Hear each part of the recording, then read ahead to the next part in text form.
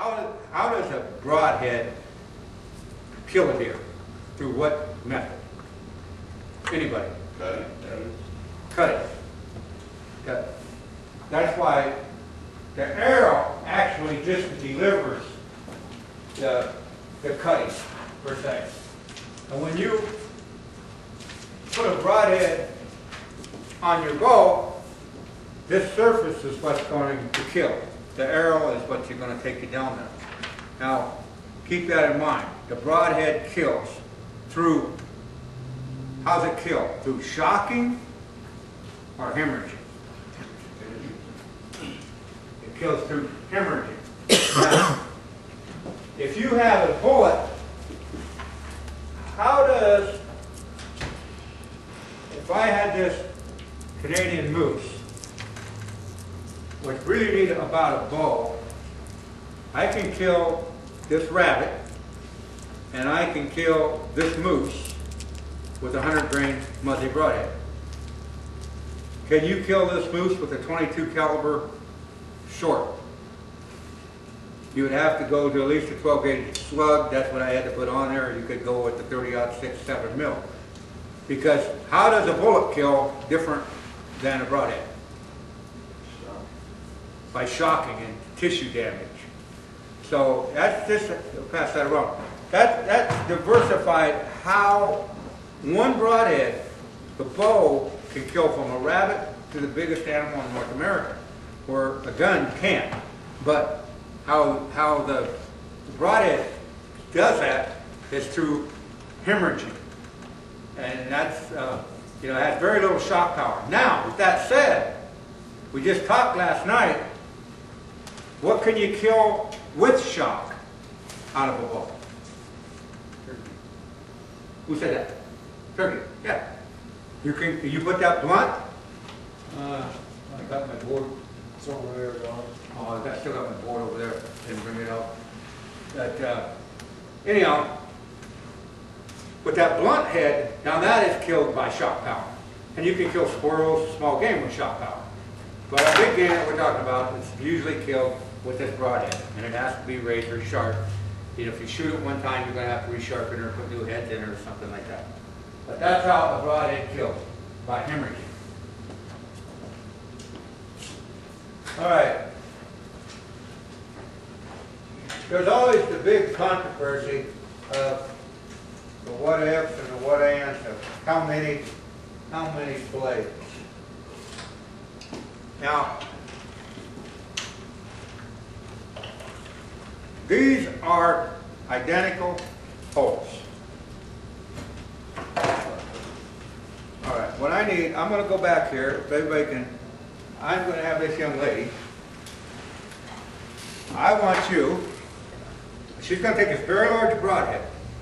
This is an African head. Anybody have an idea how much this broadhead weighs?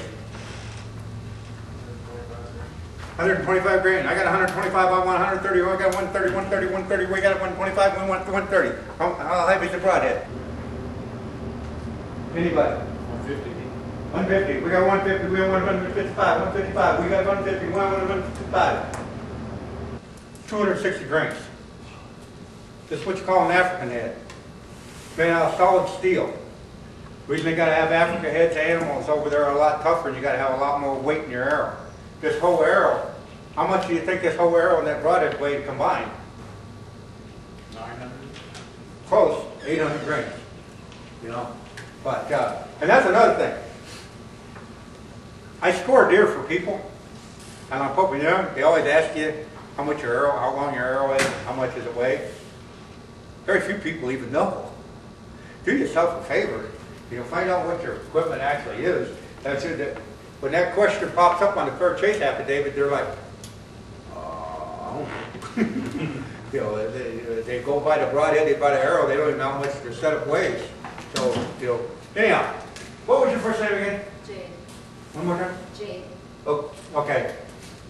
What I want you to do is I want you to do what you just did. I want you to get that broadhead. Now that's a sharp broadhead. I want you to get that through there. Right through there. Now, that tells you something right there. Now that broadhead is as big as that hole. See that hole? It just passed through that meat. Remember the old guy was talking about it would pass around it? Now, here's what I'm going to do. If I take that same broadhead and it went that way when it impacted, it cut almost all of them. But you just seen that you could get that two-blade broadhead through there without cutting any blood vessels. Now, hang on to this one.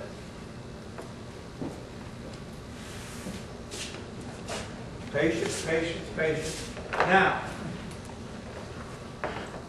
here's the same setup that killed that buffalo up there. Now I want you, it's a two-blade broadhead. Now I want you to pass that through there to see if you can get through there without cutting a broadhead. Okay, there you got one. But you did get one. Now, that says something right there. Now wait a minute. We're going to go with a three-blade muzzy. Even though this is little, pass that through there now. Got another one. But you never could get it through without getting, a blood vessel. Which it's saying a lot, because if you took